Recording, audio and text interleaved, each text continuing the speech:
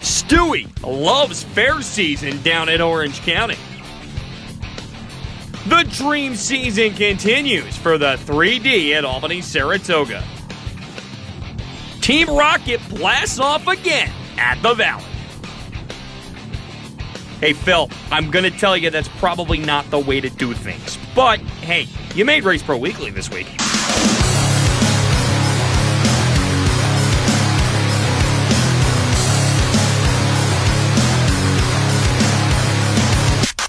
Hello and welcome to this week's edition of Race Pro Weekly. I'm your host, Mike Warren. At the Lebanon Valley Speedway, Brett Hearn has had a stranglehold on the point standings, but as we head toward the end of July, just one slip-up could make it interesting. Let's head to the high banks now for our opening highlight brought to you by Landho Maintenance. We'll start you off with some pure stock action as Brian Walsh goes around in turn number 3 and 4 and collects, as Dan Martin said, well, just about everybody. Off the corner, it would be Zach Sayerline in the lead as Jeff Meltz tried to work his way up past Jeff Krutzinger for position, and it would be Sayerline going home to pick up the victory in the pure stock feature event. To the modifieds now, Steve Huff and Brian Berger going to lead the field to the green, and a little bit of bumper tag finds Colby Schroeder going around. J.R. Hefner screaming in hard up off the corner. Dave McFeeder's nowhere to go, as that would bring the caution out, and a tough break for the driver of the Steve's Auto Repair, car number 99 machine, as it looked like he would be parked for the night. Huff would retake the lead up into turn number 1 and 2 for the first time as Brian Berger right on his tail in the Phase 3 Racing car number 60 machine as he would push to the inside lane off at turn number 4. And take a look at this 4-wide battle. Brett Hearn trying to find his way to the inside along with LJ Lombardo, Keith Flack, and Chad Jezio. And eventually Hearn would start to work his way up through the field, getting by John Rochelle for position. Now for the battle for the lead, here's Brian Berger working it up on the inside. He'll nose out ahead into turn number 3 and 4. But Steve Huff, the veteran driver, he's a master of driving the outside lane here at the Speedway. He would keep the 60 at bay for the time being as Keith Flack would now enter the picture. Oh yeah, here comes Brett too. He's up the 4th. Flack trying to work by Berger on the inside lane, but here's the Jet trying to go up to the top side. He go top shelf where Mama hides the Thin Mints up off by turn number 2. Take the number 2 spot away and then look to slide to the inside to get by Huff for the number 1 position. Hearn would try to make that stick down into turn number 3 and 4 using his preferred low lane through turn number 4 that time, and off the corner he would be your new race leader. It's got to be over, right? Well, Keith Flack going to move into the number 2 spot trying to make things happen, and then he'd be handed the lead because Brett Hearn would have engine trouble, and that would make things interesting as Ronnie Johnson tries to work his way past Steve Huff into the top 5, looking to strike to take the point lead away. Flack would hold on, though, to pick up his first win of 2018. Second would be Brian Berger, a huge run for Ronnie Johnson coming on 3rd and taking over the point lead at Lebanon Valley. Steve Huff would finish in 4th, and LJ Lombardo would round out the top 5. Other winners on the night, 358 modifieds would go to Steve Huff. Evan Denyu would grab the win in pure stock number 1. Zach Sayerline, as you saw, in pure stock number 2. 4-cylinder single cam would go to Gary Malloy. Dual cam going to Chris White. Pro stock action coming up in just a little bit.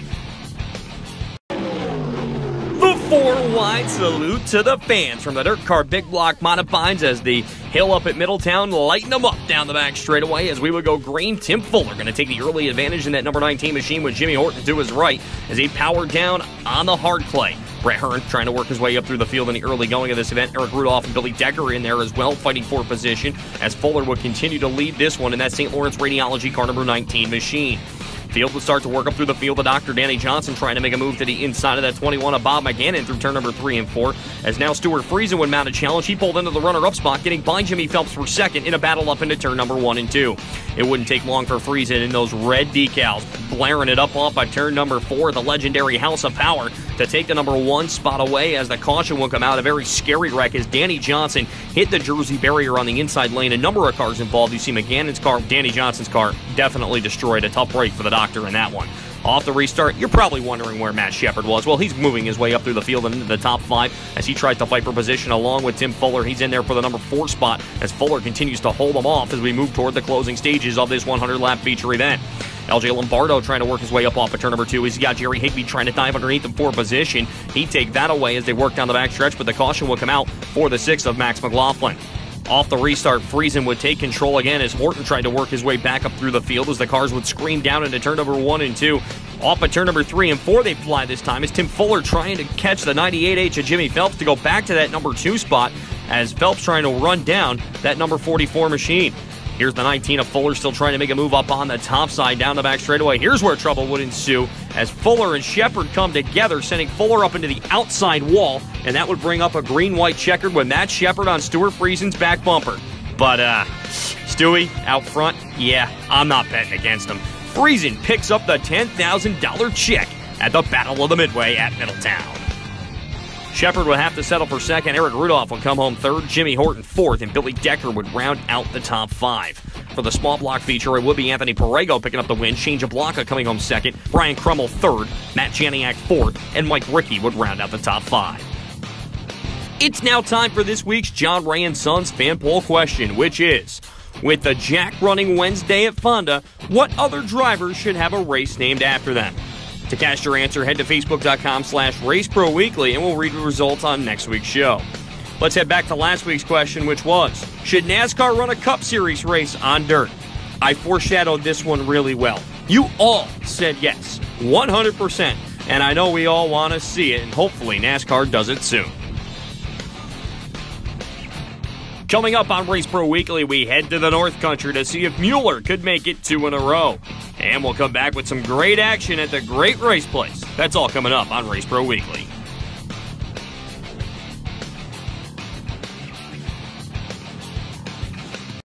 There's only one place in the Capital Region for you to get the full racing action. Stop down at the Bobco video booth at the track or call 518-399-0937. Bobco Racing Video, the next best thing to being there. You know, Mother Nature makes the best products, and Ghent Wood Products in Columbia County has figured out the secret. We use locally harvested trees, milled and kiln-dried right on site in Ghent. We stock rough-cut lumber, green or kiln-dried. If you prefer finished products, we offer that too, including shiplap, flooring, paneling, exterior siding, and tabletops. Come check out the reclaimed mushroom wood and barnwood siding. We combine the mill experience with a retail store, so you can go straight to the mill and handpick the wood you want. Hi, I'm Eric Pope, General Manager of John Ray & Sons. We're proud to be offering Bryant heating and air conditioning systems. Just like us, Bryant has been delivering home comfort solutions for more than a century. Call today for a free consultation and save up to $875 with Bryant bonus rebates. I'm Michael Laporte, Service Manager. From sales to service, our goal is to keep you comfortable, whatever it takes. Ductless AC is a perfect solution for homes without ductwork, new additions, or anywhere you need cool relief. Call or visit johnray.com today.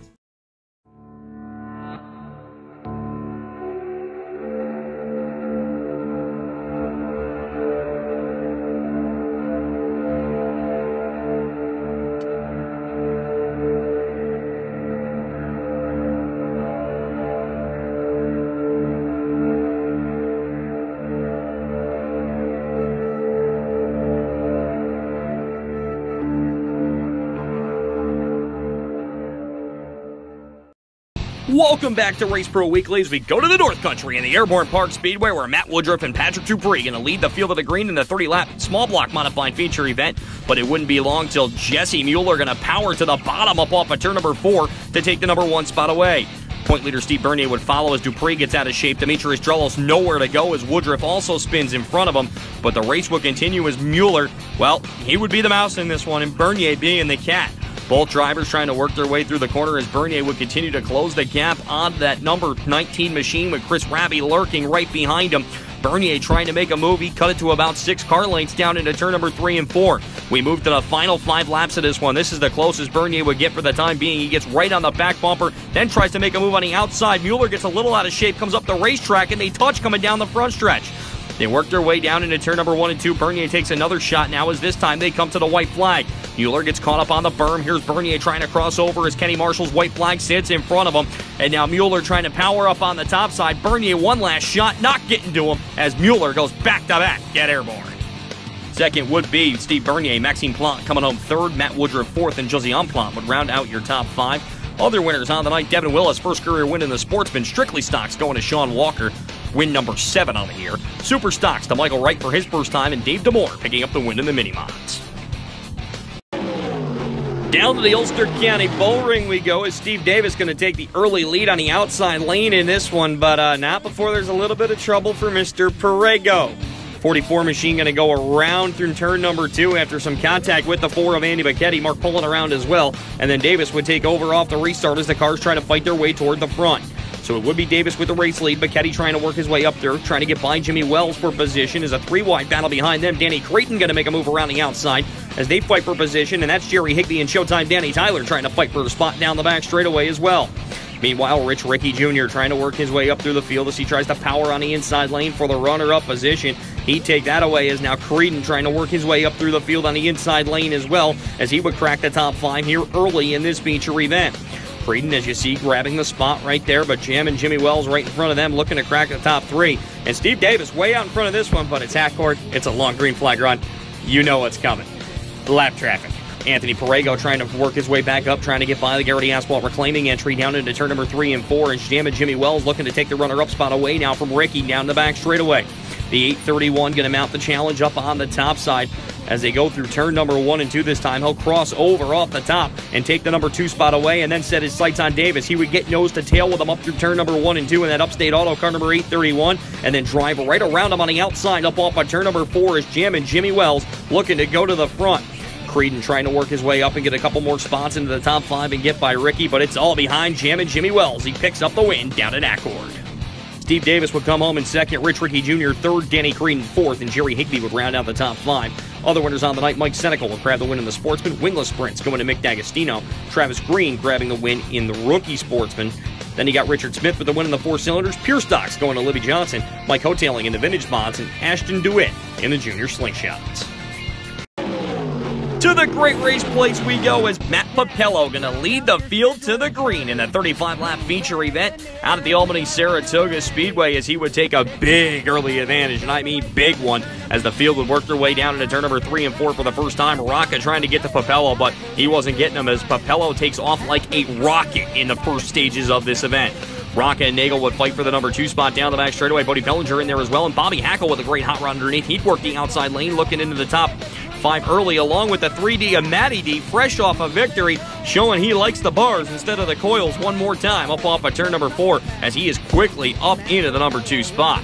Meanwhile, Mark Johnson, Brian Gleason, and the 20 of Brett Hearn trying to fight their way up through the field as Papello would continue to lead this one, but the deficit starting to get scrubbed off as the 3D of Matty D making up a 7-second advantage, and now just within about a few car lengths with Bobby Hackle right behind him up off of turn number 4 trying to close the gap. Here's DiLorenzo with a shot of Papello down the back straightaway, but the 42 going to come right back at him in slower traffic. He tried again up off of turn number 2, but Papello, that time not with enough power. Matty D to the lead, but it would be negated as the caution comes out for Chris Vernal. Off the restart, here's Matty D, power into the outside off the cushion. He'd be your new race leader with the Jersey Jet looking to follow. And where did Mark Johnson come from? Oh, God, he's in the top 5 again. At 3J up to the number 4 spot as they work their way through. Hackle trying to make a move. RJ trying to get a couple positions on the last lap as well, but it's all behind Matty T having a dream season out at the Great Race Place. Brett Hearn would finish in spot number 2. Matt Papello would come home in 3rd. Mark Johnson 4th. And Bodie Bellinger with a very strong top 5. Other winners on the night, Sportsman will go to Connor Cleveland, Limited Sportsman to Paolo Pascarella. Jimmy Duncan goes back-to-back in the Street Stocks, Brandon Iliu in the 4-cylinder single cams, and Steve Ryan in the dual cam. Are you looking for Pro Stock action? Well, we're going to have both Dirtcar Pro Stock feature events coming up a little bit later in the show. When we come back here on Race Pro Weekly, we'll head to Can-Am to see if Billy Dunn can keep his hot streak alive. And we'll go to the Brewerton Speedway for a finish you won't want to miss. Keep it locked right here on RPW.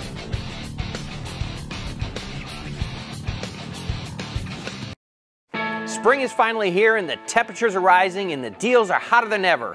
Hi, I'm Charlie Morris of Morris Ford in Burnt Hills. You have to come in for the hottest cars, trucks, and SUVs on the market today here at Morris Ford, all with leading technology and advanced safety. With thousands off and low payments, there's never been a better time to buy a new Ford. So come in to Morris Ford and let us show you why we've been selling cars in the Capital District for over 46 years. Our military Morris will always be number 1. Reputable, reliable, results. That's what you get when you call Rick and the professionals at RCT Roofing. Quality service at fair prices. RCT gets the job done. Just like Nick Stone and the RCT Pro Stock. RCT Roofing, we've got you covered. Welcome back to RPW as we head to the Can-Am Speedway as Riley Gill going to take the early race lead up into turn number 1 and 2. The Pocket Rocket, Danny O'Brien trying to make a move on the outside of Jordan McCready for position as Billy Dunn looks to work his way down into turn number 3 and 4. Ryan Bartlett going to sneak by Scott Webb for position. Now here's Ryan Arbuthnot trying to go by Nick Webb for the runner-up spot down through turn number 3 and 4. That R70 trying to make a move as O'Brien going to lose a number of positions. We'll see if he can gather his way back up toward the front. Meanwhile, Ryan Bartlett continued to move up through the field. He would sneak by Webb for what would be the number 3 spot down the back straightaway. Then look to set his sights on your second-place man as Bartlett would clear him up into turn number 1 and 2. Billy Dunn going to look to do the same as they go down the back straightaway and into turn number 3 and 4, trying to get by Webb. And now the other Webb, Scott Webb, working around the outside of Jordan McCready, trying to fight him for position. This is for spot number 6. Then Danny O'Brien going to come into fruition here before this one's all said and done as they fight for the spot outside the top 5. It didn't matter, though, as Riley Gill took the green from lap number 1 and led it all the way through as he picks up the win out at Can-Am. Second would be Arbuthnot. Ryan Bartlett coming on 3rd. Billy Dunn would finish in 4th, and Nick Webb would settle for 5th. Other winners on the night, Sportsman would go to Jordan Kelly, Sid Harbour Jr. picking up the win in the Pro Street, J.R. Durham in the Thunderstocks, Dustin Hutton in the Rookie Sportsman, and the Mechanics Race winners, Justin Nerr, Brian Holder, and Jim Tanowski. To the D-shaped Dirt Demon we go. Mod Light action. Justin Williams gets a flat tire early in the race, has to go back to the pit area, change the tire himself, and that's him passing for the lead. He comes off at turn number 4 and picks up the win, and what a drive it was to the front. And I'll tell you what, he's got to be happy on the roof of that machine. To the modifieds now. Well, to lead lap number 1, I'm going to take Heil because it's either Chris or Caitlin, and I think my odds are pretty good. Chris would put out in front as the Heil driver, going to work his way up through turn number 3 and 4. Cars on the move, though. That is the 98 of Jimmy Phelps working the top side of the speedway, trying to make his way up toward the front of the field as HBR's been on a bit of a hot streak lately in the month of July as they continue to push their way up as he tries to go around the 42 of Pat Ward up off at turn number 4. Meanwhile, here's the battle for the runner-up spot while Heil leads. White to the inside of Tyler Trump coming off at turn number 4. Trump with the momentum, going to try to get him back on the outside, but Larry White going to pull the slide job on him. Trump trying to cross over up at turn number 2, but couldn't do it. We fast forward toward the end of the race now as Jimmy Phelps going to make his presence known. Trying to get by Larry White for second, accidentally tags the 83 of Tim Sears Jr., sending him around, and that brings the caution out. Well, that turned out to be fortunate. 3 wide, coming to the white flag off at turn number 4. Jimmy Phelps sneaks by Larry White as Heil leads this one. Off the back straightaway they go, and it looks like Heil has momentum, but Jimmy Phelps gets a great run through turn number 3 and 4 to pick up the win. A heartbreaker for Heil, but Phelps goes to victory lane. Heil would have to settle for second. Larry White coming home 3rd. Max McLaughlin coming home 4th, and Chad Phelps would round out the top 5. Other winners on the night, Sportsman number 1 would go to Nick Krause. Stephen Denton would pick up the win in Sportsman number 2. Mod Lights, as you saw, to Justin Williams, and Quinn Wallace picking up the win in the 4 cylinders.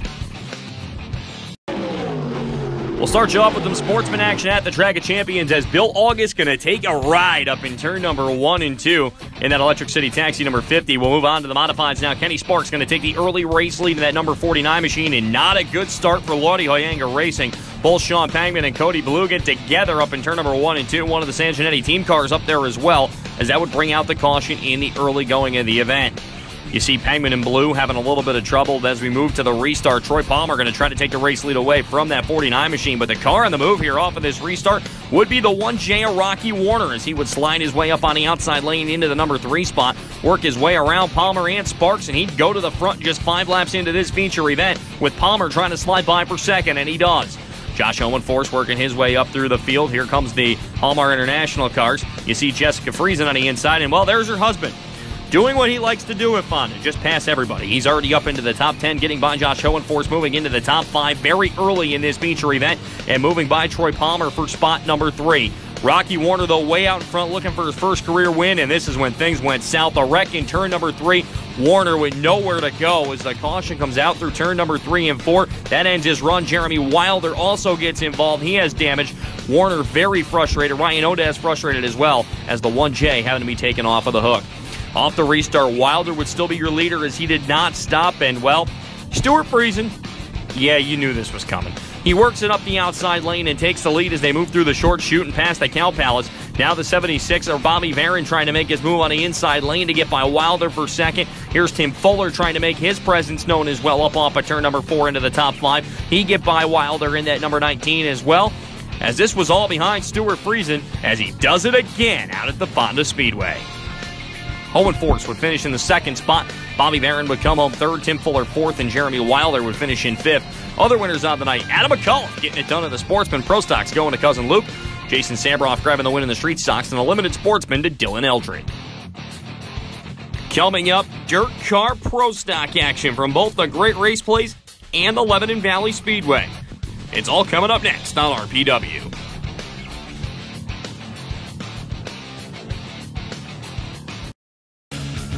Performance, quality, service. That's DMC Racing Products. Hundreds of name brand parts, competitive prices. That's DMC. DMC Racing Products. Race to win.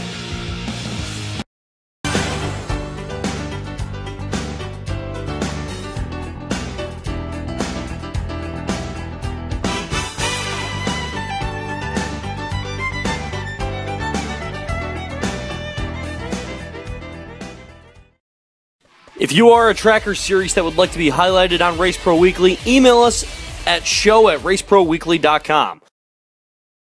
Welcome back to RPW as we head to the Green Mountain State at Devil's Bowl for some sportsman action, as it would be James Fadden and Mike Palmer getting the early lead up at the front, as that 85 looking for his first win in 26 years at the Speedway. Field will work its way through turn number 3 and 4 as Proctor gets a little out of shape through the corner. That jumbles up everybody. Then even more of a jumble through turn number 1 and 2. Number of cars involved, Tim LeDuc in there. Off the restart here, just one lap completed. Mike Palmer would go back out to the front of the field as he'd work his way up through turn number 1 and 2. Then here comes the legend, Marty Kelly III in the Cupcake Express, working his way up off of turn number 4 to take the number 2 spot away. As now Brian Whittemore looking to work his way up through the field. Adam Pearson in there as well, along with Tanner Siemens. Kenny Tremont dealing with some early trouble throughout the night, trying to work his way up from the back of the field to get into the top 10. Here's toward the midway point.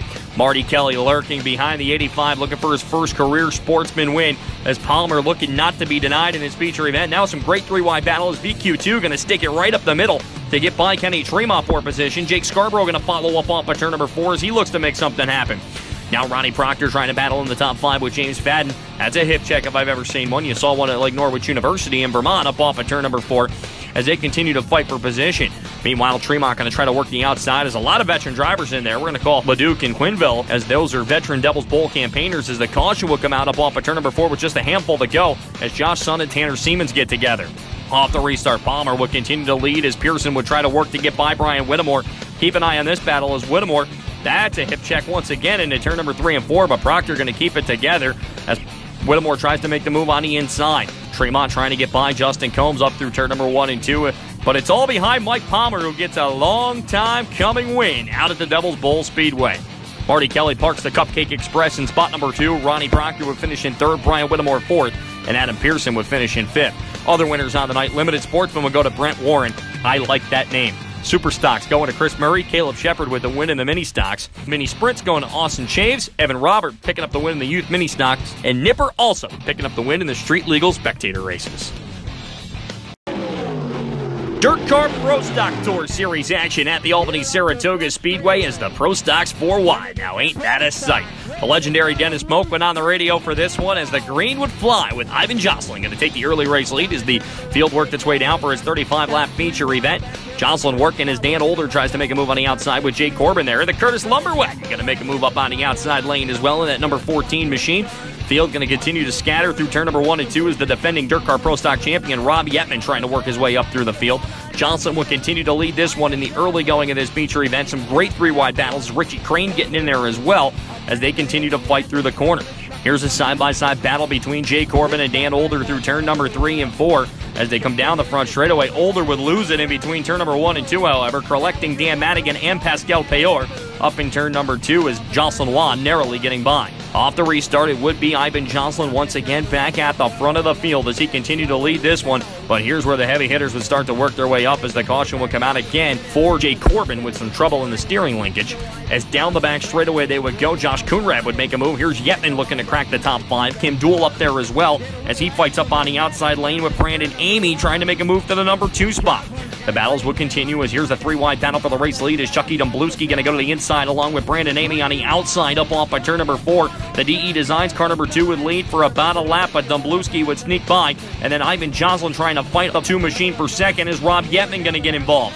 Late stages of this one is Dumbluski in the number 1 spot. Here's Joslin trying to hold off Yetman, but now on the last lap, Dumbluski gets caught behind lap traffic. That allows Joslin some daylight up on the top side as they roll down through turn number 3 and 4. Joslin gets by Dumbluski, but slips up too high. Dumbluski comes back on the bottom and picks up the win. Yetman would get into the spot number 2. Ivan Joslin would finish in 3rd, Brandon Amy 4th, and Josh Coonrad rounding out the top 5. Night number 2 at Dirtcar Pro Stock action for the Capital Region at the Lebanon Valley Speedway now, as it would be the 98 of Dan Older taking the early race lead as they work their way down the back straightaway. Pascal Payer early in the number 2 spot as well. He would try to work his way to the inside just a lap into this event. He'd slip up the banking, though. That allows Nick Arnold to work his way through, and just about everybody.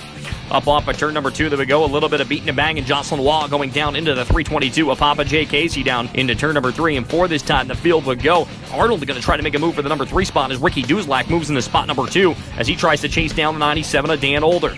Field continuing to work its way up off the corner as here's the 324 of J. Casey as the caution will come out for the 88 of C.D. Beauchamp. Off the restart, here's the electric slide job from Ricky Duzlak. Crossover move coming by Dan Older. Older slides up, makes contact with the 29 machine. Field scatters as a number of cars get together, including the 317 who goes around. That's Frank Twing. A tough break for the driver. Up off at turn number 2 they would go. Here's Dan Older up at the front one more time. Down the back straightaway with Jay Casey looking to follow Ricky Duzlak into 3rd. Wouldn't be long till he takes spot number 2 as Jay Casey gets a little out of shape. Jocelyn Waugh going to crack the top 5 one more time coming down the front stretch. Now off at turn number 2 they go. Rob Yetman going to look to make a move into the top 5 as he'd power down into the back straightaway. Duzlak now trying to get by Dan Older one more time off at turn number 2. He does. He'd be your new race leader. Dan Older would backslide a few positions through turn number 3 and 4 as Yetman now tries to make his way up through the field. He's into the top 5 looking for spot number 3. Jay Casey now trying to duck underneath Dan Older for position down up off by turn number 2. Meanwhile, Jason Meltz would have trouble. He'd go to the high side and get caught way up too high. That would bring out the yellow once again, and that would have trouble on the 7 of Rob Yetman with a right front flat tire. Off the restart, Jason Casey doing everything he can to get by Ricky Duzlak for position, and he would make it stick into turn number 3 and 4 with another electric slide job up off the corner. Jay Casey looking down as now Duzlak going to make a move on the outside lane, trying to get back by him as the caution will come out, as Stephen LaRochelle involved Joe LaFlamme in there as well. Off the restart, Ricky Duzlak going back to the front up on the outside lane. He'd be your new race leader as the 324 trying to chase him back down along with Jay Casey on the inside trying to take the spot away. Some great battling for 4th on back. Richie Crane in there as well along with John Ruthier trying to get by Dan Older for position down the back straightaway. But it's all behind Ricky Duzlak as he picks up the win in the Dirtcar Pro Stock race at the Valley. Jason Casey would finish in 2nd. Jay Casey would come home 3rd. John Ruthier 4th. And Rich Crane would round out the top 5. It's now time for this week's NISCA Performer of the Week, and with the one-man show he put on at Brewerton, it goes to Mod Light winner Justin Williams. Williams is now eligible for the Performer of the Year award given out at the end of the season. That's all for this week's show. For the latest news, results, and photos, check out Race Pro Weekly online at www.raceproweekly.com, and be sure to follow us on Facebook, Twitter, YouTube, and Instagram. So for myself, Bobby Chalmers, Fast Eddie, Scott Morlock, Amber Chalmers, and everyone that helps put Race Pro Weekly together, thank you for watching this week's episode, and we'll see you next time.